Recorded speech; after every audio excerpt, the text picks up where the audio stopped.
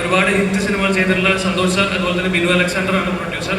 ഉണ്ണി ശിവലിംഗം എൻ്റെ ഉറ്റ സുഹൃത്താണ്. ഞങ്ങൾ രണ്ടുപേരും ഒരുമിച്ചാണ് സിനിമ സ്വപ്നം കാണാൻ തുടങ്ങിയത്. ഉണ്ണിയുടെ ആദ്യത്തെ ഷോർട്ട് ഫിലിമിൽ ഞാനായിരുന്നു അഭിനയിച്ചത്. അപ്പോൾ അത് വേണ്ട, ഉണ്ണിയുടെ വേറൊരു നല്ല ഷോർട്ട് ഫിലിം ഉണ്ട്, അതിന്റെ പേര് ഞാൻ പറഞ്ഞു. അതിന്റെ പേര് മൾട്ടലിനായിരുന്നു.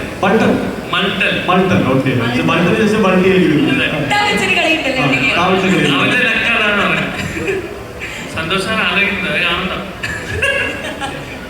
അപ്പോ അങ്ങനെയാണ്. അപ്പൊ ഒരുപാട് എന്താ പറയാ കാസ്റ്റ് വൈസ് ആണെങ്കിൽ ഇപ്പൊ ഇതിന്റെ ക്യാമറ ചെയ്ത RDX സിനിമ എല്ലാവരും കണ്ടിട്ടുണ്ടോ? RDXന്റെ ക്യാമറയാണ് അലക്സേ പുളിക്കൽ. അതേപോലെ ഇതിന്റെ ക്യാമറ ചെയ്തത് ഇതിന്റെ എഡിറ്റർ ഹിന്ദി സിനിമയായ കില്ല്, അതുപോലെ ഉറി ഒക്കെ ചെയ്തിട്ടുള്ള അദ്ദേഹം മലയാളിയാണ്. അദ്ദേഹം ആദ്യമായിട്ട് മലയാളത്തിൽ എഡിറ്റ് ചെയ്യുന്ന സിനിമയാണ്.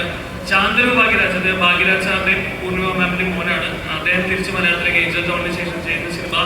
അതുപോലെ തന്നെ സെൽവരാഘവൻ സാർ, ധനുഷിന്റെ ചേട്ടനാണ്, ഒരുപാട് പേർക്ക് അറിയില്ല.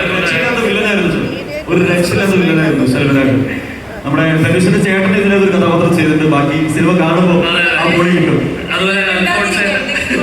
അതുപോലെ പോസ്റ്ററിലെല്ലാവരും ഉണ്ടല്ലോ, അൽഫോൺസ് ചേട്ടൻ, അതുപോലെ തന്നെ പൂർണിമ ചേച്ചി, പ്രീതി, അങ്ങനെ ഒരുപാട് പേര് ഇറങ്ങുന്ന ഒരു സിനിമയാണ്. അപ്പൊ തീർച്ചയായിട്ടും നിങ്ങൾക്ക് തിയേറ്ററിൽ കണ്ടാൽ ഇഷ്ടപ്പെടുന്നതാണ് ഞങ്ങളുടെ വിശ്വാസം.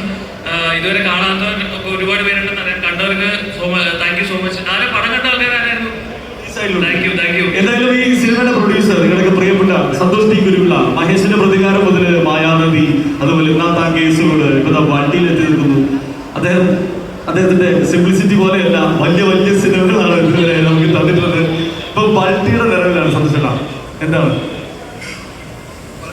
ബൾട്ടിയുടെ കാര്യങ്ങൾ